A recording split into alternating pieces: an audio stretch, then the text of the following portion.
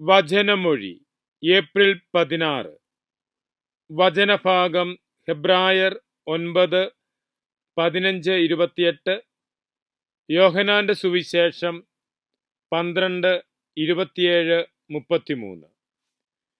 വിശുദ്ധ യോഹന്നാൻ അറിയിച്ച നമ്മുടെ കർത്താവ് ഈശോ മിശിഹായുടെ പരിശുദ്ധ സുവിശേഷം. ഇപ്പോൾ എൻ്റെ ആത്മാവ് അസ്വസ്ഥമായിരിക്കുന്നു. ഞാൻ എന്തു പറയേണ്ടു? പിതാവേ, ഈ മണിക്കൂറിൽ നിന്ന് എന്നെ രക്ഷിക്കണമേ. അല്ല, ഇതിനു വേണ്ടിയാണല്ലോ ഈ മണിക്കൂറിലേക്ക് ഞാൻ വന്നത്.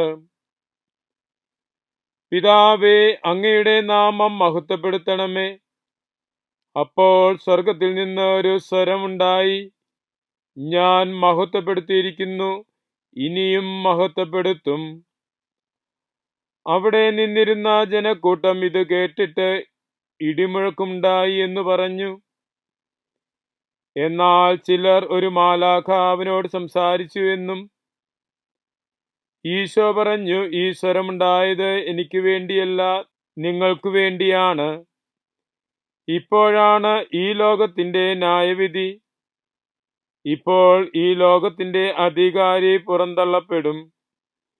ഞാൻ ഭൂമിയിൽ നിന്ന് ഉയർത്തപ്പെടുമ്പോൾ എല്ലാ മനുഷ്യരെയും എന്നിലേക്ക് ആകർഷിക്കും. അവനിതു പറഞ്ഞത് താൻ ഏതു വിധത്തിലുള്ള മരണമാണ് വരിക്കാൻ പോകുന്നതെന്ന് സൂചിപ്പിക്കാനാണ്. ഈശോയിൽ സ്നേഹമുള്ളവരെ, കുരിശുമരണത്തിലേക്ക് അടുക്കുന്ന ഈശോയെയാണ് നാം സുവിശേഷത്തിൽ കാണുന്നത്. മിശിഹായുടെ മരണത്തിന്റെ സമയമായി ഗെത്സേമനിയിൽ അവിടുന്ന് പ്രാർത്ഥിക്കുന്ന വിധത്തിൽ ഒരു പ്രാർത്ഥനയാണ് ഇന്ന് സുവിശേഷത്തിൽ നാം കേൾക്കുന്നത്. പിതാവേ, ഈ മണിക്കൂറിൽ നിന്ന് എന്നെ രക്ഷിക്കണമേ. അല്ല, ഇതിനു വേണ്ടിയാണല്ലോ ഈ മണിക്കൂറിലേക്ക് ഞാൻ വന്നത്. ഗെത്സേമനിയിൽ പ്രാർത്ഥിച്ചതുപോലെ, പിതാവേ, കഴിയുമെങ്കിൽ ഈ പാനപാത്രം മാറ്റണമേ. എങ്കിലും എൻ്റെ ഹിതമല്ല, അവിടുത്തെ ഹിതം നിറവേറട്ടെ.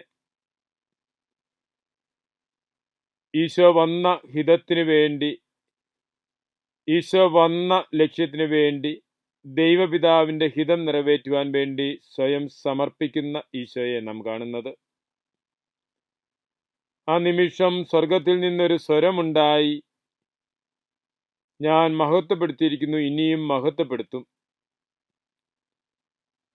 ഈശോ തൻ്റെ ചുറ്റുമുള്ള ജനത്തോട് പറഞ്ഞു, ഈ സ്വരം നിങ്ങൾക്ക് വേണ്ടിയാണ്. ഇപ്പോഴാണ് ലോകത്തിൻ്റെ ന്യായവിധി. ലോകത്തിൻ്റെ അധികാരി പുറന്തള്ളപ്പെടും. ലോകത്തിൻ്റെ അധികാരി എന്ന് സ്വയം ഭാവിച്ചിരുന്ന തിന്മയുടെ ശക്തിയുടെ പിശാചിൻ്റെ പരാജയമാണ് മിശിഹായുടെ കുരിശുമരണത്തിലൂടെ യാഥാർത്ഥ്യമാകുന്നത്. അവിടുത്തെ കുരിശുമരണം തിന്മയുടെ മേലുള്ള നന്മയുടെ വിജയമാണ്. ലോകത്തിൻ്റെ ന്യായവിധി അതാണ് എന്ന് ഈശോ പറയുന്നു. മനുഷ്യകുലത്തിന്റെ രക്ഷ അവിടുന്ന് സാധ്യമാക്കിയപ്പോൾ എല്ലാവരും ഈശോയിലേക്ക് ആകർഷിക്കപ്പെടും. കുരിശുമരണത്തിലൂടെ യാഥാർത്ഥ്യമായ രക്ഷയുടെ സുവിശേഷമാണ് ഇവിടെ ഈശോ പങ്കുവെക്കുന്നത്. ആ സുവിശേഷമാണ് ഉത്ഥാന ദിവസം നാം ശ്രവിക്കുന്നതും. കുരിശിൽ ഉയർത്തപ്പെട്ടവനിലേക്ക് നോക്കി കുരിശിന്റെ പാതയിലൂടെയുള്ള ഇഹലോക ജീവിതം പൂർത്തിയാക്കി മഹത്വപൂർണമായ ഉത്ഥാനം ലക്ഷ്യം വെച്ച് ജീവിതത്തെ സമർപ്പിക്കുവാൻ, ഇഹലോക ജീവിതത്തിന് ശേഷം മിശിഹായോടൊത്ത് ഉത്ഥാന സൗഭാഗ്യം അനുഭവിക്കുവാനുള്ള കൃപ നമുക്ക് നോക്കിപ്പാർക്കാം.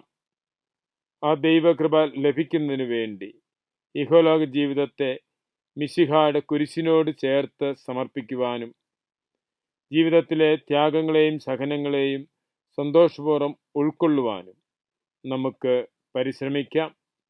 മിശിഹായുടെ ഉത്ഥാനത്തിൻ്റെ സന്തോഷം അനുഭവിക്കുവാൻ നമുക്ക് ദൈവകൃപ പ്രാർത്ഥിക്കാം. മിശിഹ നമ്മെ അനുഗ്രഹിക്കട്ടെ. ആമേൻ.